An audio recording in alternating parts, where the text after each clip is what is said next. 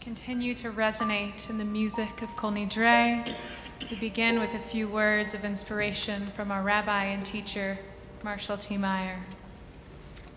As we listen to the melancholic and shattering melody of Kol Nidre, O God, help us to measure our words and to find the courage and strength to be faithful to our resolve. Grant us strength to bridge a bit more of the gulf that separates our goals from our achievements during the coming year. On this day of atonement, help us look into the most profound depths of our being so as to better comprehend the truths of our existence and to be capable of more improvement. Our God and God of our ancestors, as evening casts its shadow over the earth, ushering in the most solemn and sublime day of the year, we meet with our fellow Jews throughout the entire world in prayer and meditation. Let us cast aside from our minds and souls all petty thoughts and vain desires. What is our life, and to what avail our strength? What is our wealth, and to what purpose our power? We lift up our souls, O God, and yearn for your light and inspiration. On this evening of Kol Nidre, sanctified by the memories of countless generations of the past, we find ourselves in your presence, O God, stripped of all pretension and naked in all our weakness. You know well how frail and fragile we really are. God, strengthen us to overcome our weaknesses. Help us find the strength to encounter you in our lives and to courageously confront the truth of our being. Help us to open our hearts and souls so that we may not only hear our own cries, but also the call and the weeping of the enslaved, the oppressed, the hungry, the desperate, the suffering, and the forgotten. In this spirit, vibrating to these chords, we rise for Kol Nidre.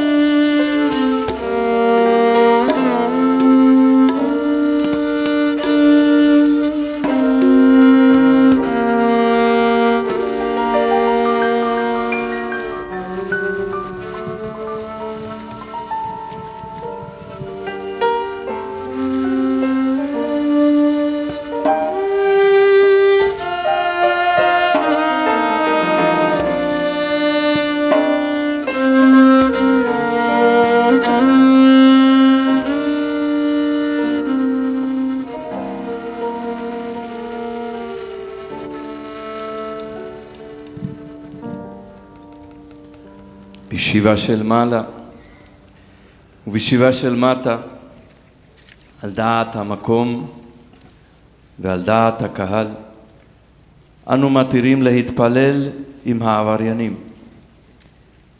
By the authority of the court on high, and by the authority of this court below, with divine consent and with the consent of this congregation, we grant permission to pray with those who have transgressed. בישיבה של מעלה ובישיבה של מטה, על דעת המקום ועל דעת הקהל, אנו מתירים להתפלל עם העבריינים.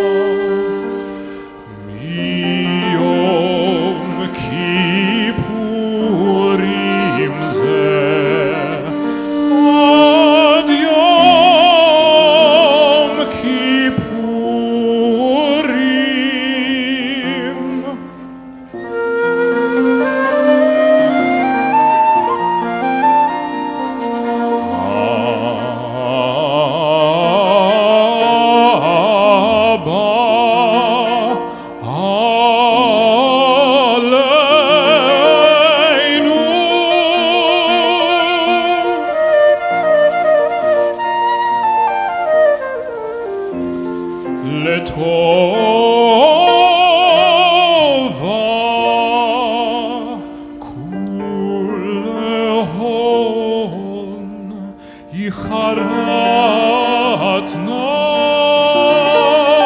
נבהון, כולהון יהון שרן.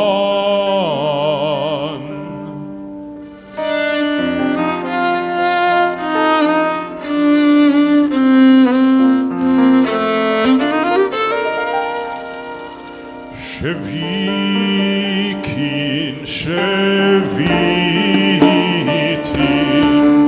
בתהילים ובטלים. שוויקין שוויתין בתהילים ובטלים. לשרירין ולקיימים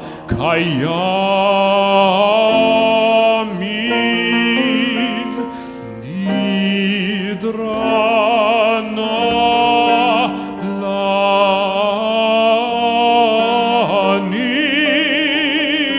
לנדרה וסרנה לאסרה.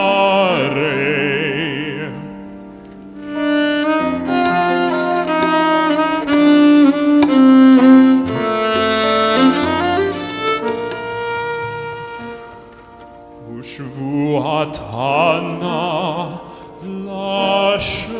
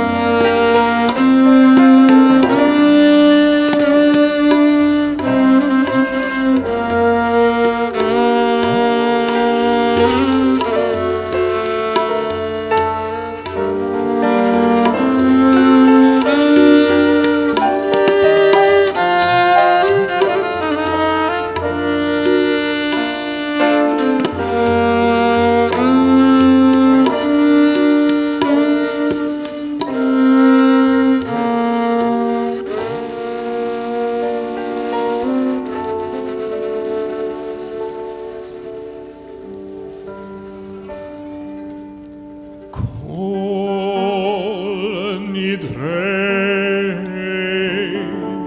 ve'sarei v'charamei ve'konamei ve'chinuyei ve'kinusei u'shevuot. Din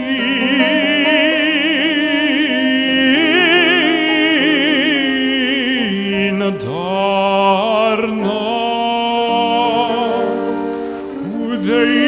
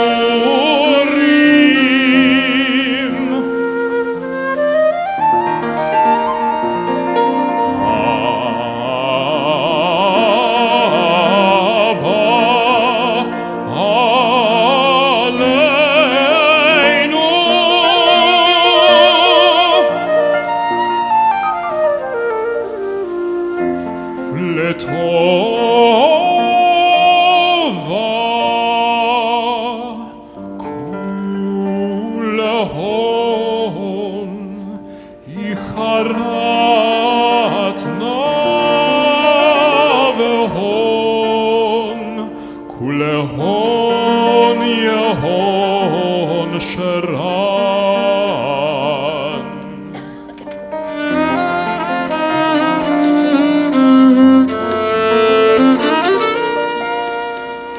Shevikin, shevitin,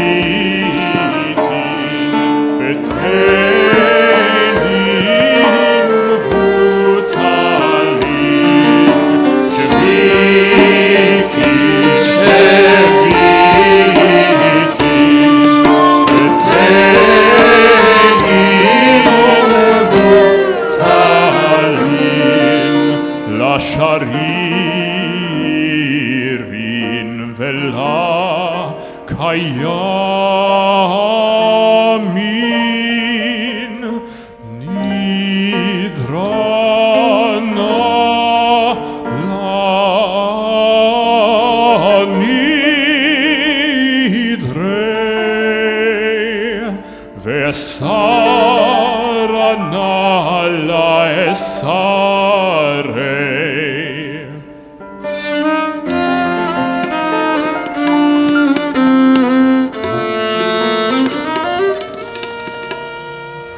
Ushvuatana la shevut.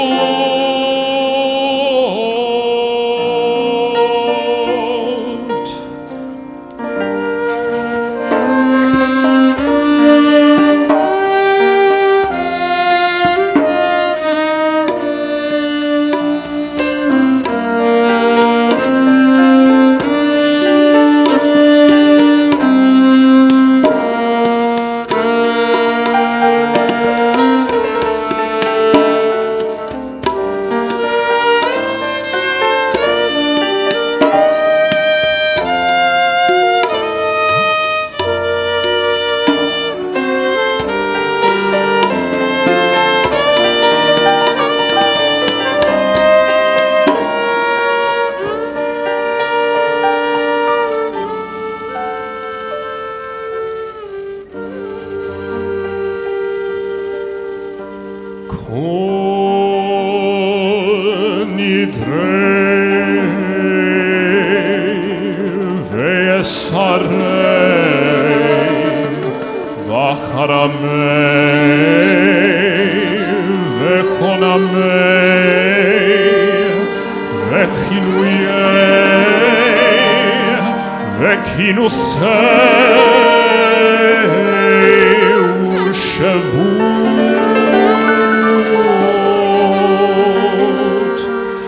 Din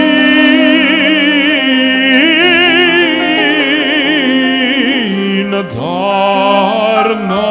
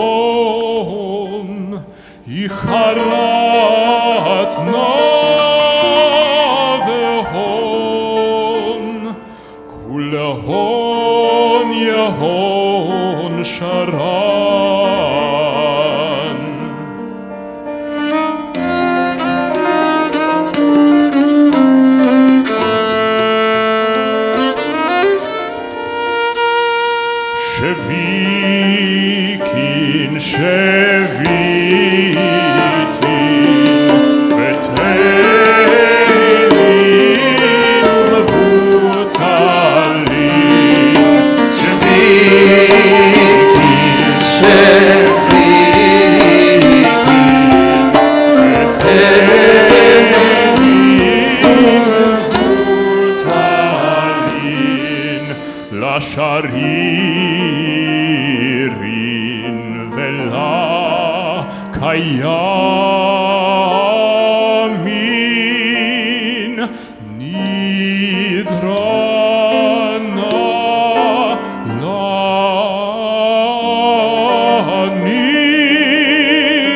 לנדרי וסרנה לאסרי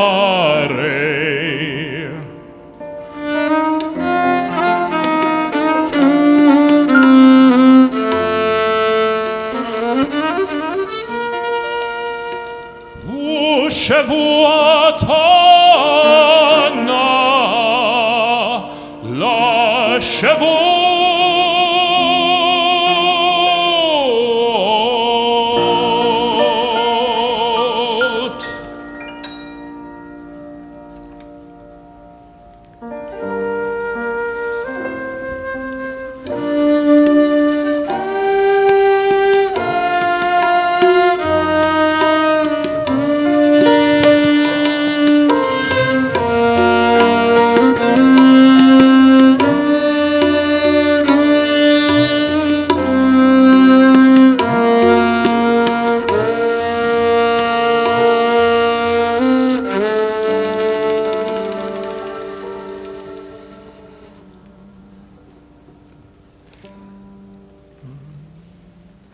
ונסלח לכל הדת וכל בני ישראל להגר בתוכם כי לכל העם בשגגה ונסלח לכל ענת בני ישראל ולגר הגר בתוכם כי לכל העם בשגגה ונסלח לכל הדת בני ישראל ולגר הגר בתוכם לכל העם בשגגה סלח נא לעוון העם הזה כגודל חסדך וכאשר נשאת לעם הזה ממצרים ויד הנה ושם נאמר ויאמר אדוני סלחתי כדבריך ויאמר אדוני סלחתי כדבריך ויאמר אדוני סלחתי כדבריך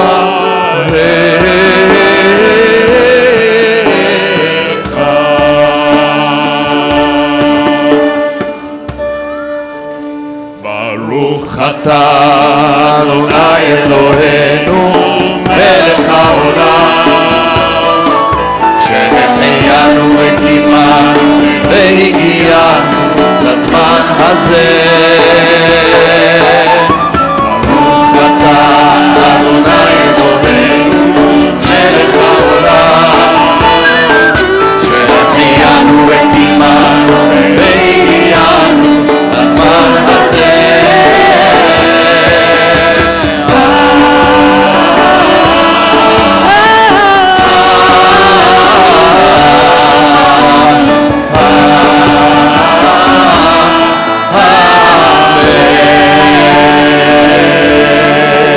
ברוך אתה אדוני אלוהינו מלך העולם שהחיינו וקימנו והגיענו לזמן הזה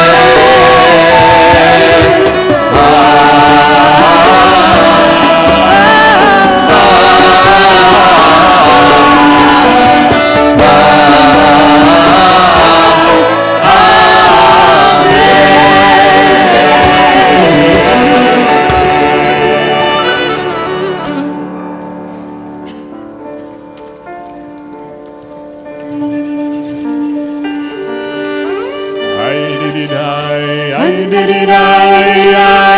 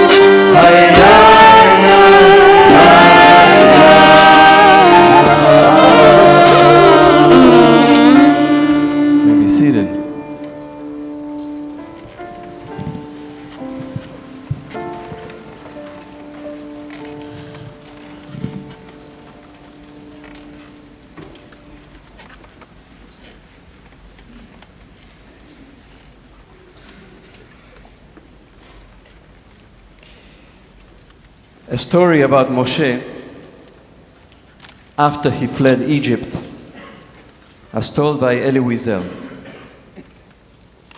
After many adventures, the fugitive arrived in the land of Midian, where he settled, having found food and shelter and work as a shepherd. He married Zipporah, a native woman, the daughter of the priest Yitro. 2 sons were born to them, Eliezer and Gershom, and they led a peaceful, idyllic existence, devoid of problems, dangers, or conflicts. Did he sometimes remember his parents, his persecuted brothers and sisters? Apparently not. At least nothing in the texts of legends alludes to it. Their fate was no longer his concern. A vast desert separated him from them, and he was content. Whatever was happening there in faraway Egypt no longer interested him. He took care of his family, of his flock, and that was enough for him to fill his time and justify his life as a man. Strange. For 40 years, Moshe lived in his new adopted land without ever worrying about his family's fate. It seems unlikely somehow. What had taken place inside him? How is one to explain this sudden indifference? He who had risked his fortune, his freedom, his future to save one single life. why didn't he at least try to ascertain whether his people, an entire people, was still suffering or had been allowed some respite? Moshe had become a stranger in more ways than one. A stranger to the Egyptian people, to the Jewish people, and to himself. One day, as he was tending his father-in-law's flock, an angel of God appeared to Moshe in a burning bush. But Moshe refused to serve as God's messenger. It took 7 days to convince him, says the Midrash. Moshe refused, advancing all kinds of arguments. Why me? Why not an angel? Or my older brother Aaron? I'm a poor speaker. I am also married and I have children. My father-in-law will object. And furthermore, what am I supposed to tell the Jews when they start asking me questions? So many questions. What shall I say? What shall I tell the Pharaoh when he begins to ask me questions? Clearly, Moshe had no wish to take on a mission and return to Egypt to help redeem his people.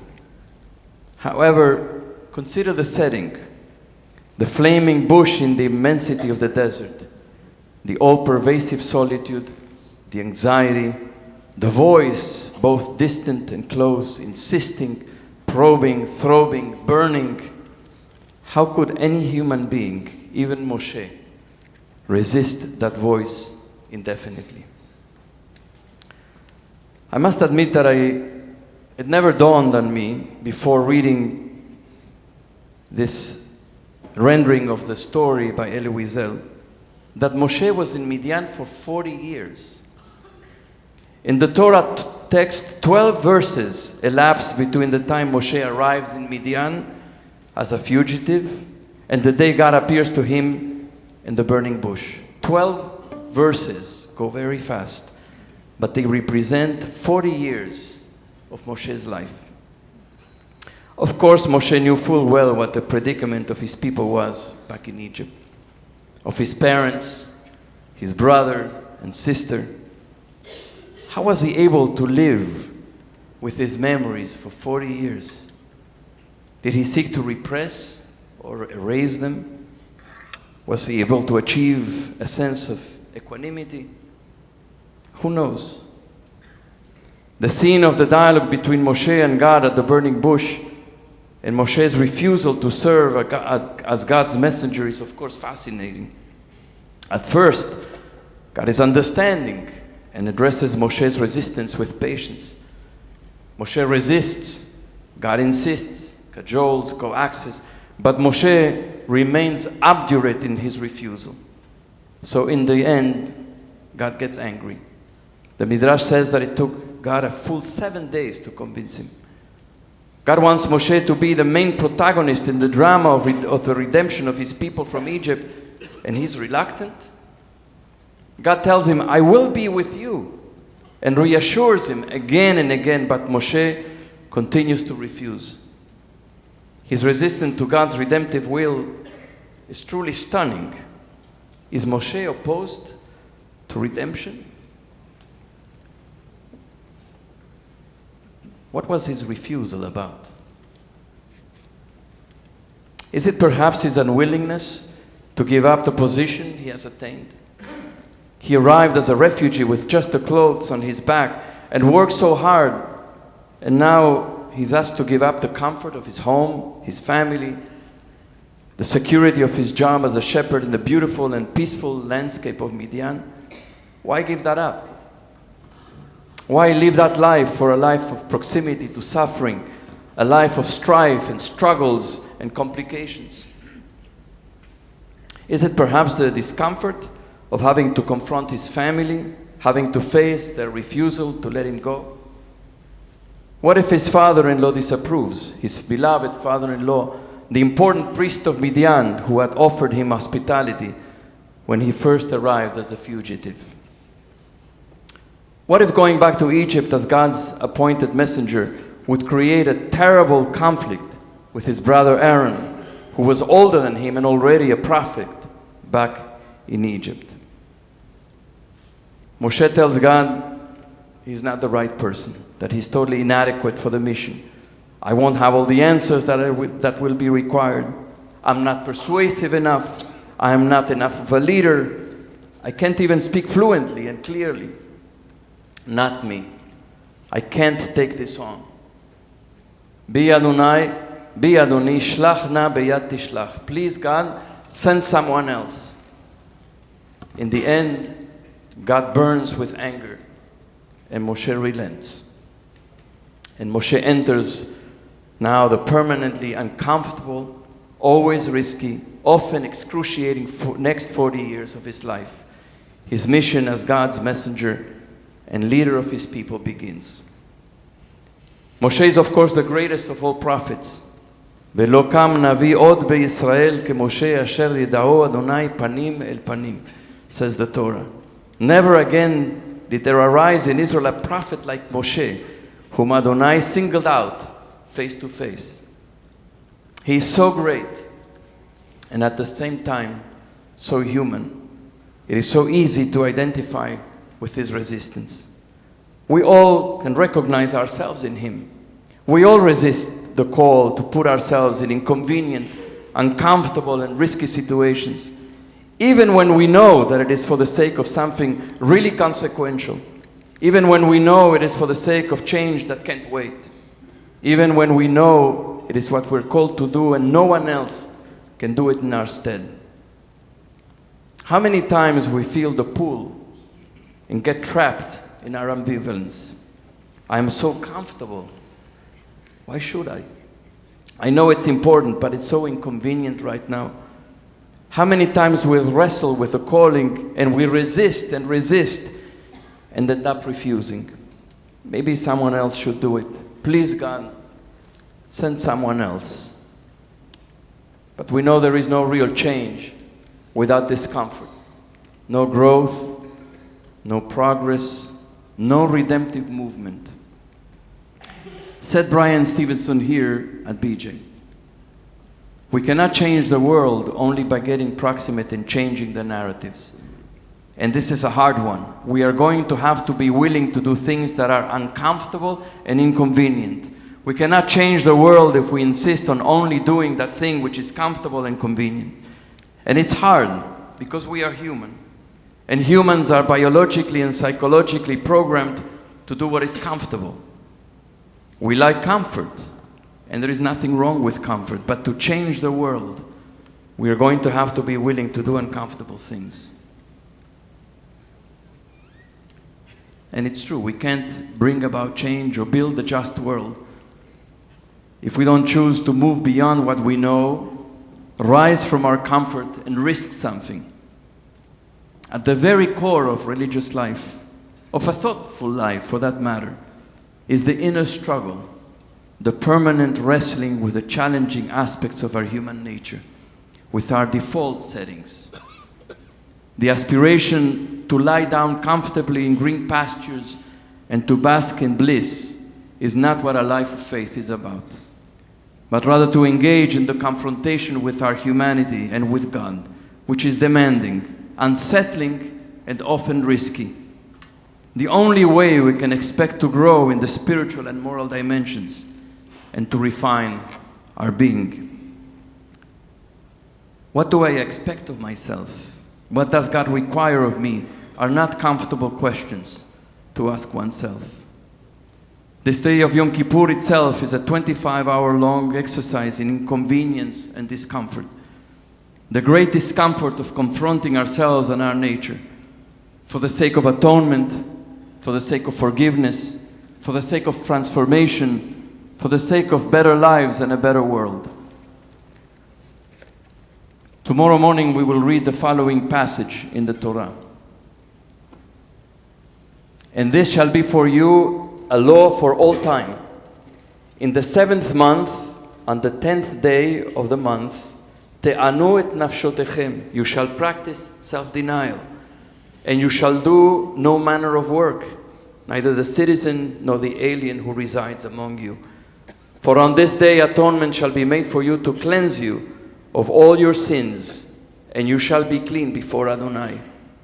It shall be a Sabbath of complete rest for you, and you shall practice self-denial. It is a law for all time.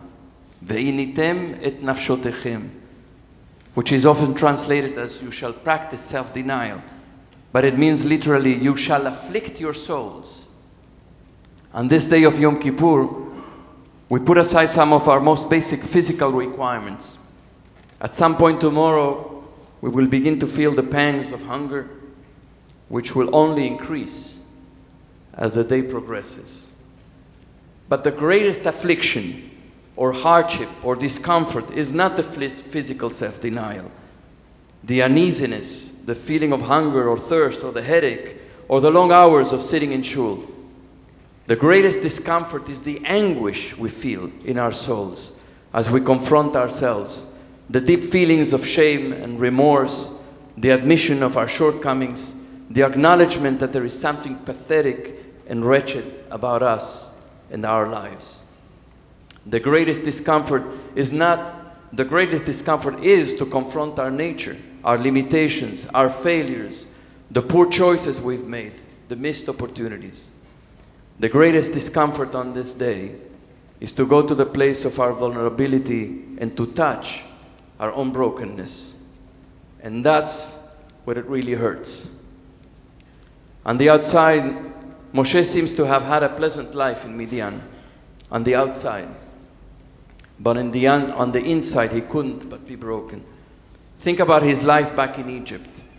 He was a survivor of infanticide. His mother hid him at home for 3 months, and he must have sensed his parents' terror to be found. He was then placed in a basket in the river and given away. Think about him growing up in Pharaoh's palace and discovering who he really was, living as a prince and witnessing the oppression and suffering of his own, murdering a taskmaster, fleeing for his life, and becoming a refugee in a foreign land. And God asks him to go back to Egypt and reopen all those wounds, face his brokenness, and on top help redeem a broken people. Please, God, send someone else. But there is no healing, no change, no transformation, no redemption without discomfort. Above all, the profound discomfort of coming into contact with our own brokenness. Listen to Brian Stevenson's words again. My years of struggling against inequality, abusive power, poverty, oppression, and injustice have finally revealed something to me about myself. Being close to suffering, death, executions, and cruel punishment didn't just illuminate the brokenness of others. In a moment of anguish and heartbreak, it also exposed my own brokenness. You can't effectively fight abusive power, poverty, inequality, illness, oppression, or injustice and not be broken by it. We are all broken by something. We have all hurt someone and have been hurt. We all share the condition of brokenness, even if our brokenness is not equivalent. Thomas Merton said, "We are bodies of broken bones." I guess, said Stevenson, I'd always known, but never fully considered that being broken is what makes us human. We all have our reasons. Sometimes we're fractured by the choices we make. Sometimes we're shattered by the things we would never have chosen. But our brokenness is also the source of our common humanity, the basis for our shared search for comfort, meaning, and healing. Our shared vulnerability and imperfection nurtures and sustains our capacity for compassion. We have a choice. We can embrace our humanness, which means embracing our broken natures and the compassion that remains our best hope for healing. Or when we can deny our brokenness, forswear compassion, and as a result, deny our own humanity. Why would God call and rely on a broken person like Moshe? Or like every one of us, for that matter? Rabbi Abba Bar Yudan said, what is considered ritually impure in an animal is permitted in a human being. An animal is unfit for an offering if it is broken or maimed or with a growth. but in a person, a broken and contrite heart is considered fit. Rabbi Alexandri said, if an ordinary person makes use of a broken vessel, it is a shameful thing. But the Blessed Holy One makes use of broken vessels, as it is written, Karov Adonai lenishberei lev. Adonai is close to the brokenhearted. The Hasidic master Rabbi Simcha Bunim said, a broken heart prepares a person for the service of God. Because the true service of God is about repairing, healing, forgiving, comforting, redeeming, lifting up. Someone who is whole cannot begin to understand and cannot begin to empathize and is not able to do that work. There isn't one of us here who is whole and doesn't have brokenness in the heart and in the soul. There is nothing wrong with that. It is part of the human condition. It is what it means to be human. Rahmana libabae. God wants a person's heart, and God knows the heart is broken. Brokenness acts as a mirror. When we come into contact with our brokenness, we are able to see it in others. And when we see it in others, we can recognize it in ourselves. Being in touch with our brokenness makes us more human, softer, more empathetic. We understand that I'm no different than others, that there is fear and insecurity, longing and suffering in everybody, regardless of their abilities, their achievements, their social position, or how well put together they look. Then, when we can touch our brokenness, compassion towards others often awakes in us, and we become forgiving. We mirror God's attributes, which we will recite tonight and tomorrow: mercy, compassion, patience, love, faithfulness, forgiveness. And in turn, we awaken God's compassion and forgiveness for us. From an early age, we've all been told to be strong, to be brave, not to show the cracks in our hearts, to project perfection. But not today. May the next 24 hours of Yom Kippur be a meaningful fast, a holy experience of discomfort, of productive self-affliction and confrontation that will bring about the redemptive transformation we all so desperately need and long for. I invite you now to turn to your booklets.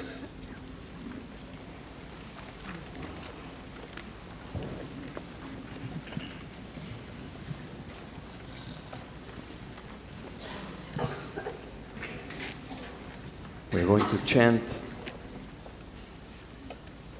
together, sing together on page 3, the beautiful Piyut by the Spanish Hebrew poet Rabbi Avraham Ibn Ezra, who lived in the 12th and the 13th century. Oh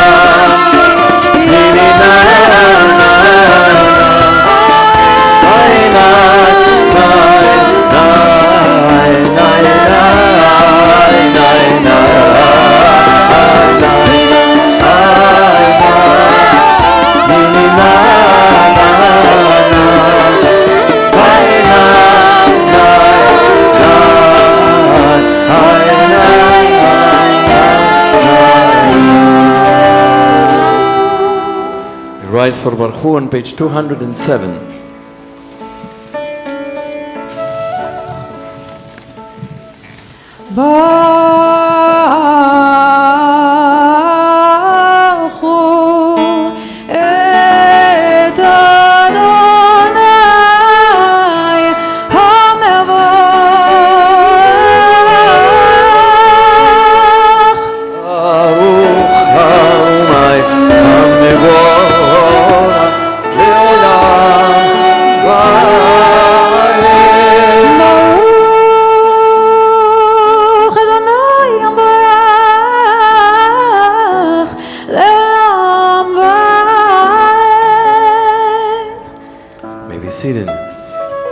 Continue with the brachot before the Shema, beginning on page 207.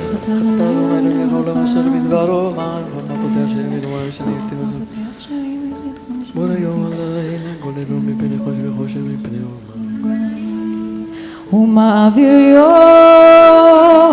הוא מביא לילה, הוא מבדיל בין יום ובין לילה, אדוני צבאות שמו, אל חי וקיים, תמיד ימלוך עלינו לעולם ועד, ברוך אתה אדוני, ברוך הוא ברוך שמו.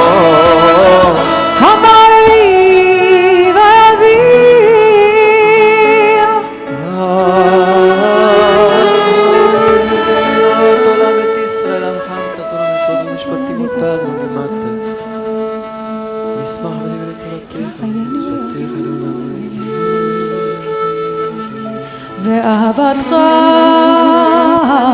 אתה תסיר ממנו לעולמים, ברוך אתה אדוני, ברוך הוא ברוך שמו.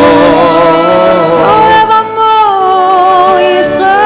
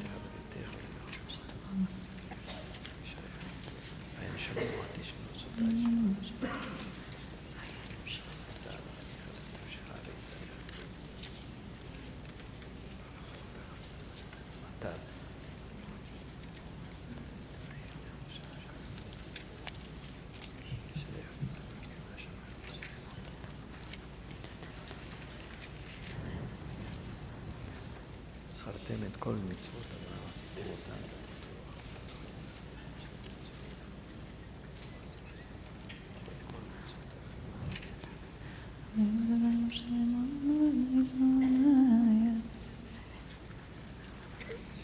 זונים אחריהם למען תזכרו.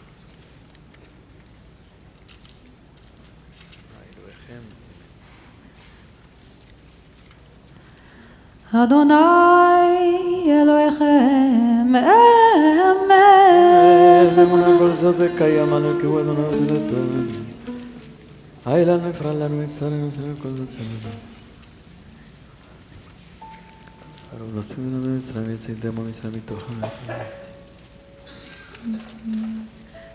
In the middle of page 210. ומלכותו ברצון קיבלו עליהם משה ומרים ובני ישראל, לך אמרו שירה וישא בשמחה רבה ויאמרו כולם מי כמוך באלים אדוני מי כמוך מלך בקודש נורא תהילות עושה מלכותך רובנך בו קיים לפני משה זה אלינו ואמרו אדוני ימלוך לעולם ועד ונאמר כי בדה אדוני את יעקב וגלו מיד חזק ממנו ברוך אתה אדוני ברוך הוא וברוך שמו גאל ישראל Amen. We pray for peace on page 211. שכיבנו אדוני אלוהינו שלום ועמידנו מלכנו לחיים תפסנו שגרת שלום ולנו ועשר מעלינו אויב דבן וחיר ונורא ויגומר כן שומר מצלינת ופרוס עלינו סוכת שלומך ברוך אתה אדוני ברוך הוא וברוך שמו הפורס סוכת שלום עלינו ועל כל עמו ישראל ועל ירושלים ועל כל יושבי תבל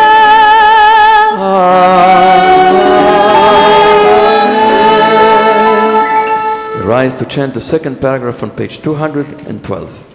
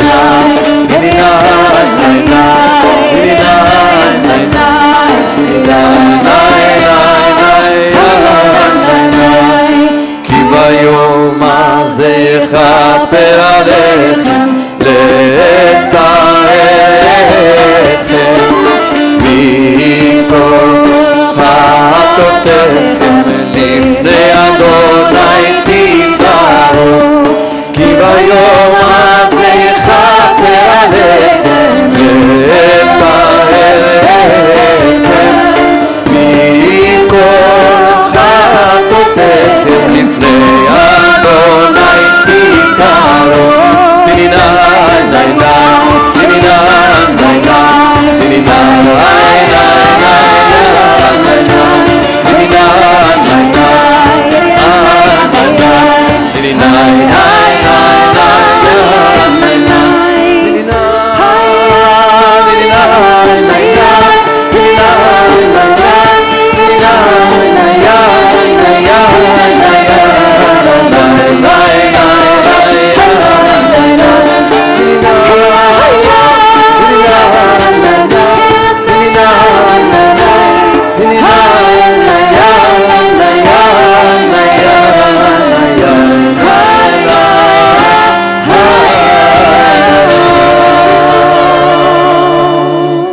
חצי קדיש. יתקדש ויתקדש שמי רבה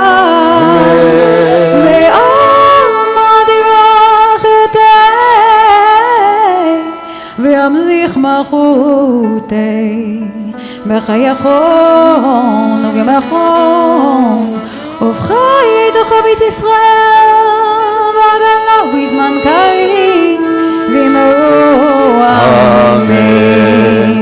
יש מרבה מברך לעולם ולעד ולעליה יתברך יתברך וישתבח ויתפאר ויתאמר ויתעשה ויתהדר ויתעלה ויתעלה שמתו קודשה בריחו לעילה לילה מכל ברכתה ושירתה תושבך אתה ונחמת דמיון בימיו ואמרו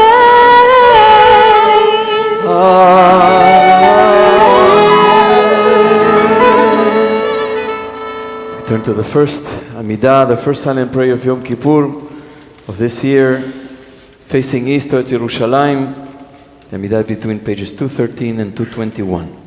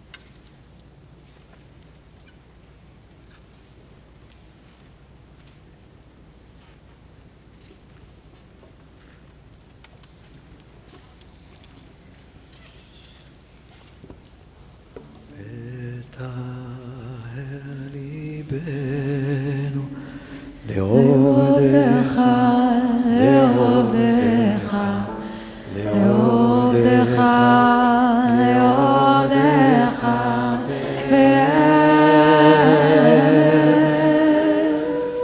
ותהל ליבנו לעודך, לעודך, לעודך, לעודך, באמת,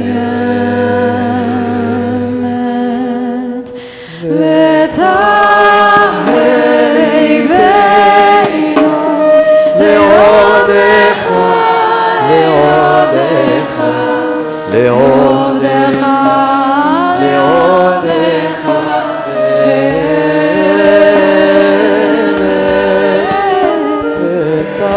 ותהל ליבנו לעודך, לעודך, לעודך, לעודך, באמת.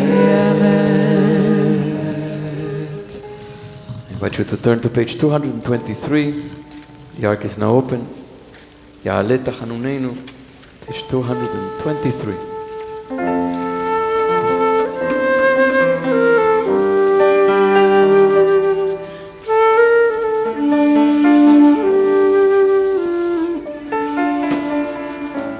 יעלה תחנוננו מערב, ויבוא שבתנו מבוקר, ויהיה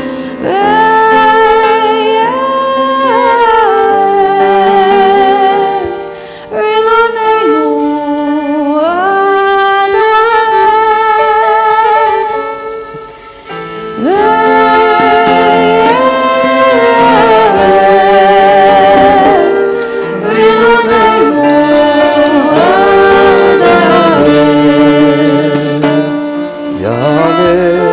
קולנו מערב, ויבוא צדקתנו מבוקר,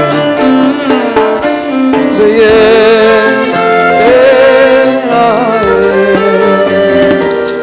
פניוננו על הערב,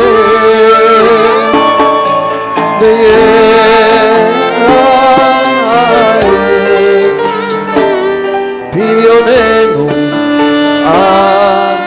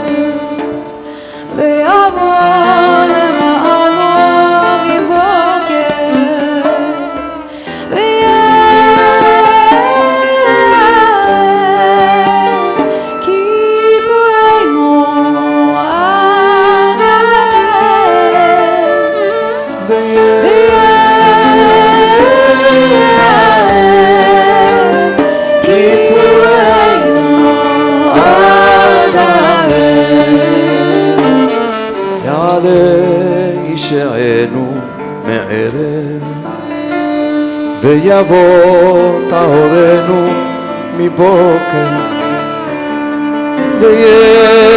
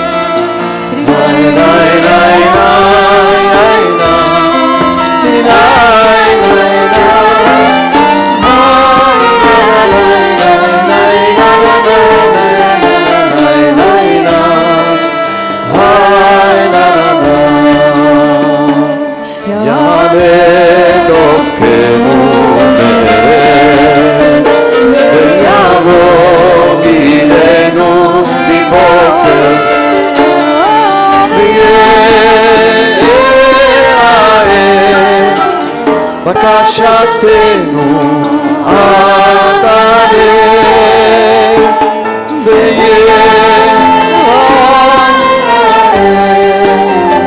בקשתנו עד הלב יעלם כתנו מערב ויבוא אליך מבוקר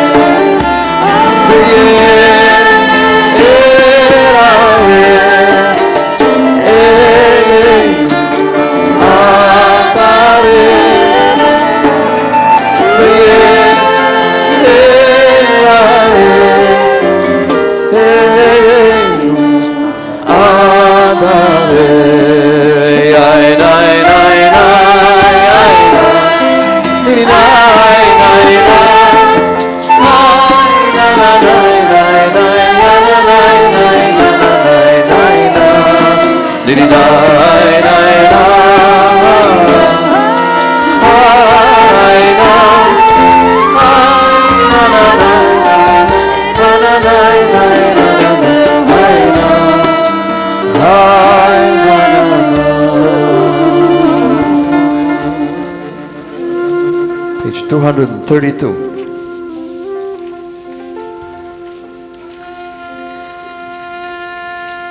232.